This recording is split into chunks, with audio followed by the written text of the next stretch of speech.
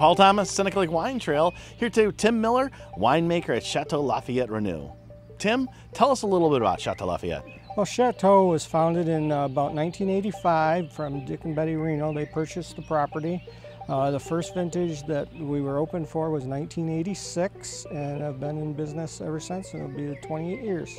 And you guys have got, I think, one of the most substantial quantities of premium metals of wine around the region, I would say. You guys are one of the most awarded wineries in the region.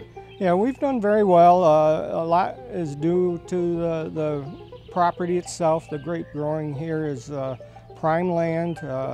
Nice gentle slopes right down to almost 100 yards of Seneca Lake, so that's a big feature for us as far as Seneca Lake radiating the little bit of warmth during the end of the growing season, and that enables us to get our red wines particularly ripe, and that's very critical in red winemaking, is having ripe grapes. So that buys us an extra 2 weeks.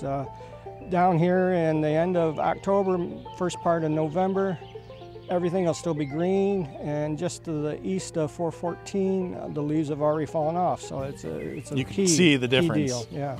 And tell me a little bit how you got into the industry. You've been in it for a couple of years now. Yeah, I've been doing it since 1980, 34 years. I started at Reneau Wine Cellars, which has purchased Chateau since then, Gene and Scott Welliver.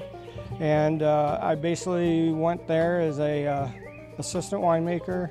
Stayed there for 13 years, moved on to a head winemaking job, a short stint at Swedish Hill, and then I've been here at Chateau LaFayette for the last 18 years. And you explained to me as we were kind of chatting before the interview, mostly OTJ, right? On-the-job training. It's all been all hands-on training. It's all been school of hard knocks.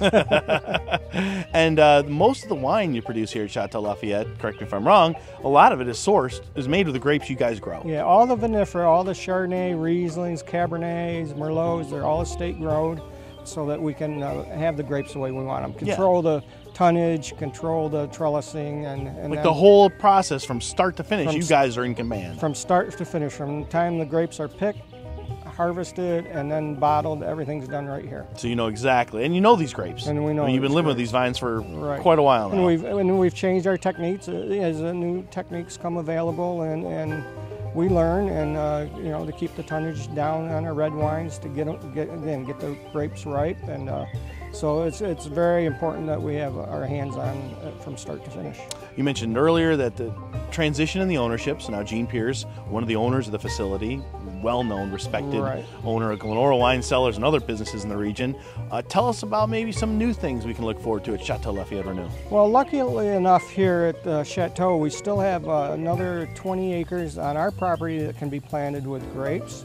And then also next door, Scott Welliver, one of the co-owners, has a property with several acres over there that can be planted. So I look for us to grow with new plantings and probably some new varietals, such as maybe some Sauvignon Blanc or something like that. Oh, okay, so not just more Riesling, for example, but maybe some other varietals you haven't done as much. Some other stuff that, yeah, we'd probably branch out with a couple of new varietals, I would say. And what would you say, what's one of your favorite things about working in this industry?